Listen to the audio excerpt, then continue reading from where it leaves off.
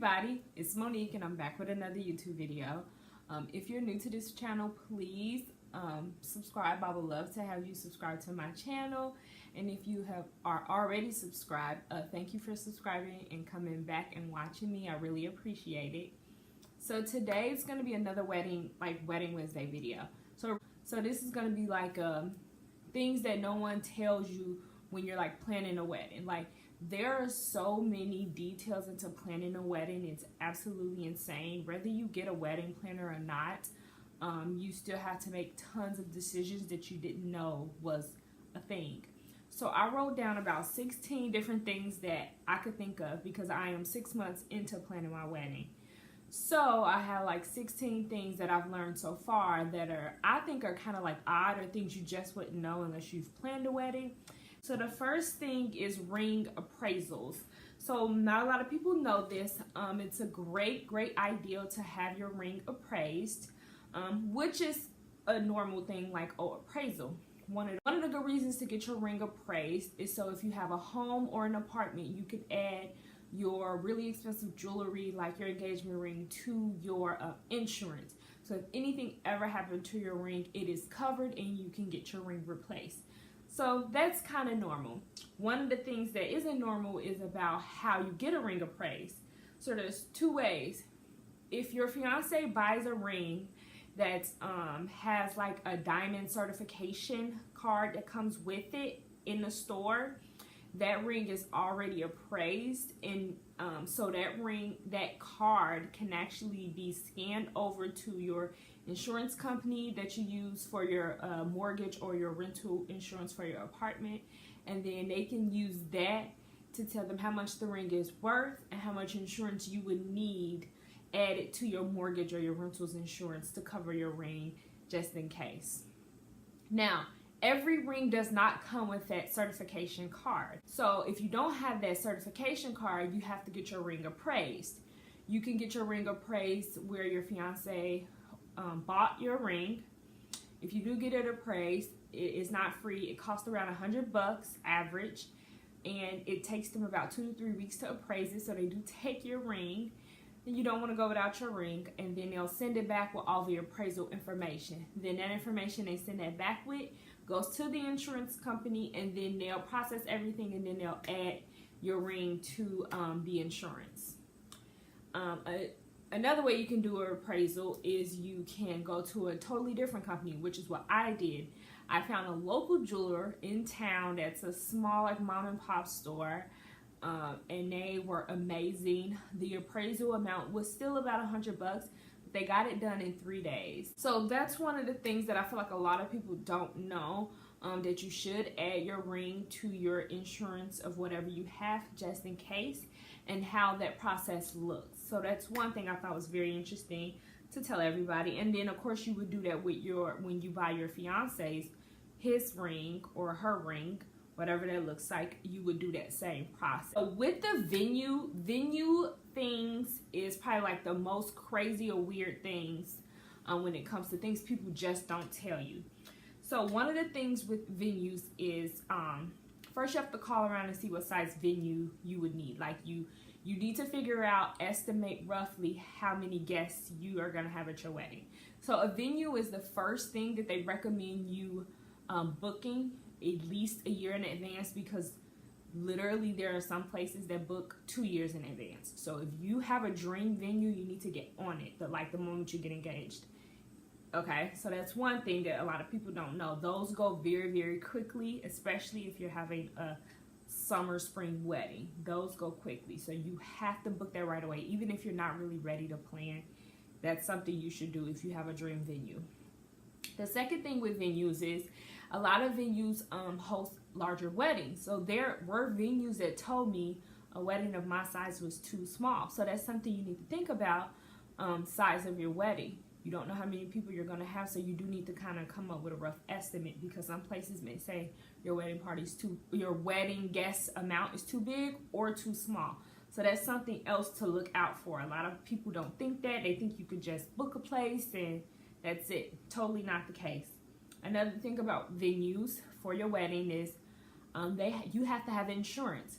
So you are hosting a giant party basically. in someone else's building. They want insurance on that building. So you have to go through different insurance companies. Sometimes the venue has a specific insurance company they want you to go through. Sometimes they don't, and you can go through maybe your own insurance. So if you have Allstate car insurance or State Farm mortgage insurance, you can call them and you can pay for event insurance is what it's called. The event insurance is just for the day of your wedding. So it covers you and the owners of that building or that venue. If anything happened, someone got hurt, if there was damages to the building or anything, you guys are covered. No one can sue you. No one can sue the owners, and everything is covered. You don't want to think like that at a wedding, but it's reality. So venue insurance is something that no one talks about, but you have to have it, at least in Chicago, Illinois. I'm sure they're not the only city or state that would do that. But yes, venue insurance. And the venue insurance, the rate of that goes by how many guests you're having. The more guests you have, the more expensive venue insurance is. You can always call and switch and say I'm having more or less. And then the venue actually does want proof of that insurance. So you have to get all that taken care of and then make sure you get an email or sent to them so they can verify that you have insurance on the venue. Venues do not always give you the free opportunity to pick who you're having to cater your food and who is going to serve your alcohol and beverages. Some venues have contracts through specific caterers and bartending companies. And if they have contracts with those companies, most times they tell you you can only use the company that they're contracted with to serve your wedding or your event. Other venues tell you you are free to pick whoever you want. Just make sure they are an actual licensed caterer and bartending to handle alcohol and food, okay? So you may have a venue that you love, but you may have a food company that you really want to cater your wedding. And if that particular venue does not let you choose an outside caterer, you have to choose. Is it worth me getting the food I really, really want? Or is it worth me getting the venue that I really, really want? Now, all venues don't make you choose, but when I went and looked, there were a few that said that they have their own caterers, they have their own bartenders. So that's something different you have to. Venues are more expensive during wedding season. Venues in the spring and summer months are probably an extra $1,000 to $2,000 more than they would be in the winter and fall months. More people get married during the warmer months because it's just easier overall. And because more people are getting married, they charge more. So if you are a person who really wants to have a summer wedding or spring wedding, they're going to charge you more for that. If you're going to have a winter fall wedding, you're going to save a little bit more money. To book venues very, very soon, a year to 2 years in advance if you really want them, because summer weddings are more popular and more people are booking. A lot of the times you have to even change your date that you chose and just take a date that they have available because things are booked and you want that venue and you want that time frame of a year. The other thing with venues is weddings that you want to have on a Friday or a Saturday are more expensive than a Sunday wedding. Venues charge more for those more popular weekend days than they do for a Sunday. And then weddings throughout the week, like Monday through Thursday, are cheap as well. Most people would not have weddings during the week because of everyone's work schedule and because of school with children and just traveling and everything. More people have weddings on the weekends, hence that's why venues charge more for Fridays and Saturday weddings. Literally, again, it's like a $2,000 cost difference to have a wedding on a Friday or Saturday. So that's something you may want to look into. Is it something you want to save money with, or is it an option that you have to have it on a Friday or Saturday? Weddings cost more on holidays. A lot of people told me you should have a New Year's wedding, and I was like, oh, that sounds fun. People are already wanting to go out and party anyway. No. Weddings on holidays are more expensive. They charge twice as much as their regular price. If a venue costs about $5,000, they're going to charge you $10,000 to have it on New Year's or Christmas or the 4th of July or whatever it looks like. So another thing, if you want your wedding to be celebrated on the same day as a national holiday, the cost is gonna go up. And with venues, all venues do not have room for you to get dressed, you and your bridesmaids or the grooms and the groomsmen. Some have bride and groom suites and some do not. So is that something that's a deal breaker for you? A lot of people do get ready at hotel rooms and they drive to the venue. Some people like to partially get ready at their venue. That's another decision you have to make. Every venue does not build what they call a bridal suite and a groomsman suite for you to relax and continue to get ready. So is that severely important to you? Because in my brain, I just assumed that every place will have that, but that's not. Another thing with venues, because venues host events and weddings all through the weekend, having a rehearsal dinner at your venue the day before might not be an option. Because if they have a wedding booked Friday, Saturday, and Sunday, and your wedding's on Saturday, they don't have time for you and your family to come in and rehearse what you would need for your wedding the next day, because they're already setting up for another wedding, or another wedding is already going on. So a lot of people do have rehearsal dinners at a random location just so everybody can be on the same page. Rehearsal dinners do not always happen where you're having your wedding a day or two before. It's kind of almost impossible, at least from my research and talking to venues and different people who've gotten married. And it's not that big of a deal unless you're having tons of kids in your wedding. You should be okay to just rehearse in a random location or at a random restaurant and talk everything through and everybody be on the same page. So that's another. Venues and dresses are probably your two things that have to be booked really far in advance. They say to book your venue a year or more in advance, depending on your location and where you live, just so you can get everything you want. The same thing with your dress. You should buy your dress about a year before. It says six months to a year before, because people lose weight, people gain weight, people get pregnant or have a baby. Alterations, problems with alterations, anything could happen. So you need enough time with your dress to make sure that everything is okay. Everybody know what a wedding planner is. Everybody does not use a wedding planner. There is a such thing as a day of planner, or there's a such thing as partial wedding planner. And these are people who plan less than the full wedding. There are people who only plan 6 months of your wedding. There are people who just do the finalizing of things for you. And then you have day of planners, who is a person that is there on your wedding day to make sure everything is going as smoothly as possible, and that they're dealing with all of the problems and issues that the bride or her family or any guest would usually deal with. And so the bride and her family is able to enjoy the wedding, and the day of planner is contacting florists, talking to caterers, talking to the owners of the venue, making sure people have parking, making sure people know what stop to get off to make it to the venue, making sure everybody is seated and everything starting on time, keeping up with everything. A day of planner. Those can be kind of pricey, just as well as a wedding planner, but that's something to look into. If you don't do a wedding planner, you can do a person that does partial wedding planning, or even the day of or that weekend of. There's different options to choose to help you out as a bride. The thing is, save the dates, invitations, thank you cards, and programs. So a lot of people just think you order invitations and that's it. You send invitations out, people RSVP, and that's the gist of it. That is not always the case. You don't have to do save the dates. I like the idea of a save the date, then the invitation. You can also do programs at your wedding, and you can also do little seating cards where everybody can find their name and get seated when it's time to eat. And then, of course, you send out thank you cards after your wedding, thanking everybody for coming, thanking everybody for all of the gifts and everything that you got and for celebrating with you.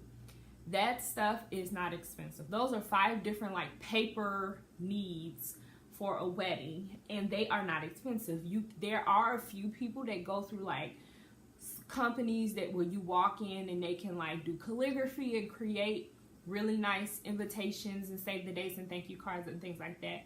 And then you can also design it yourself on a few different websites. And a lot of that stuff is not expensive. You can spend over $1,000 just in your paper needs. It's pricey, so when you're thinking about invitations and all that stuff, it's just as expensive as anything else in a wedding. It could be even more expensive as you thought it would be. So just take that into account when you're looking into that, what do you want to purchase with those things? What do you think you don't need?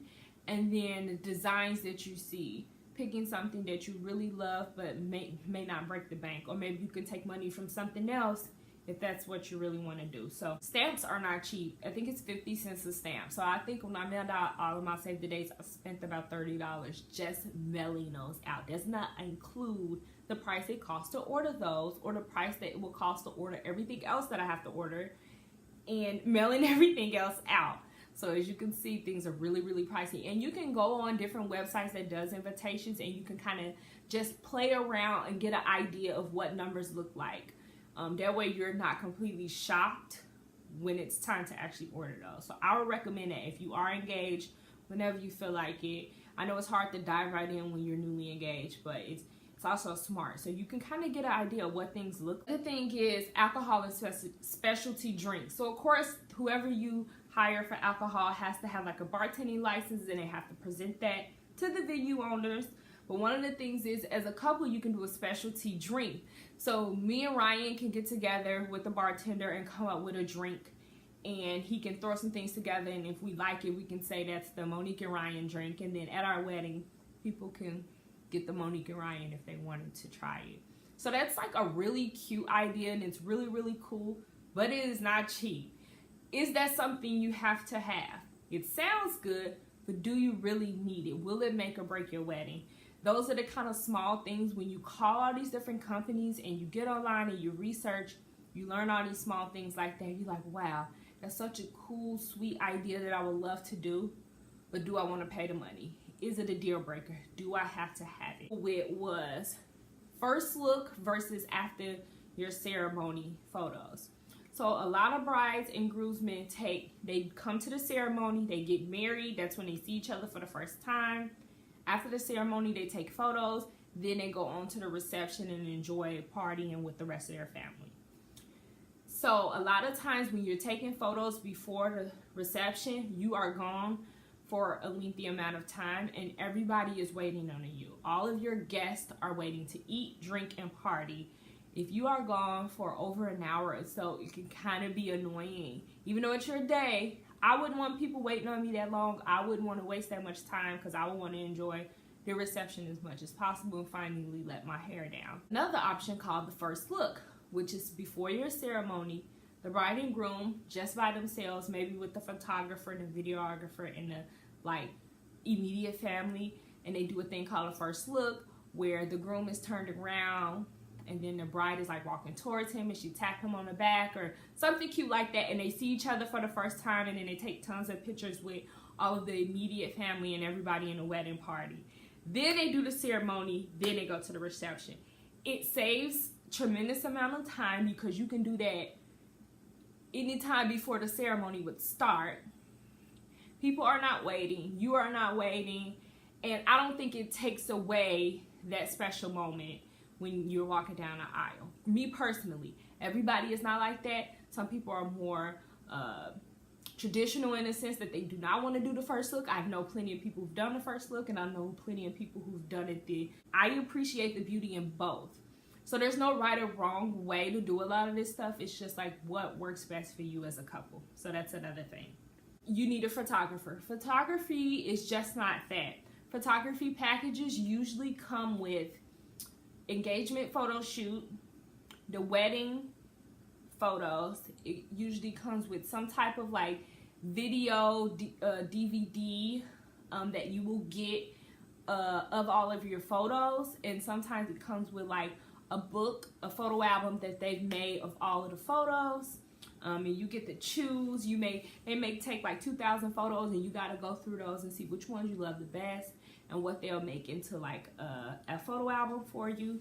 A lot of the times that's all free for the bride and groom, but if you want more photo albums to give to a family member or a friend, parents and stuff, that can be more pricey. The thing is, sometimes photographers have the opportunity of offering you to have more than one photographer, which can capture more moments and get more special things, but it also will cost more because there's two people taking pictures at your wedding. So that's something to think about. The thing that I learned that I thought was kind of weird, and it's one of those bad luck, good luck things, is When you get married, you're supposed to marry on the half hour or after. They said if you get married at the full hour going down the clock, that's considered bad luck because it's going down. So you don't want to start your ceremony at the hour. You want to start it at the half hour time, or like the 45-minute hour time, basically. So it's like this bad luck thing. Like you want to start your wedding going up, if that makes sense. You can actually Google what I'm talking about, like the time frame from starting your ceremony, or the half hour ceremony time frame is what it's called. The other thing is groom's cakes. I think that's a very new thing to do. A lot of people are getting cakes for their groomsmen. So the bride and groom have like a big cake, however many tiers. You can surprise your groom, or you can just not surprise him and he could pick it out. But a small cake that the groom will like. It's very masculine. It's very much something he enjoys. So if he enjoys a certain football team, if he enjoys playing sports, if he enjoys playing video games, if he enjoys X-Men, whatever it is, you can turn it into like a groomsman cake, and it's something that he can cut and eat like with his groomsmen. So that's something cool idea. Hunting, people do like hunting groomsmen cake, all kinds of things. So it's something, I think it's a newer generation thing. It's a very sweet and cool idea because, as we know, weddings are more about the bride and what she picked out and what she looks like, and less about the groom. So something like that can give the groom a little attention on himself and make him feel like, oh, he got something cool out of all of this stuff that the bride. Rings that your fiance buy may not come with the actual band that matches the ring.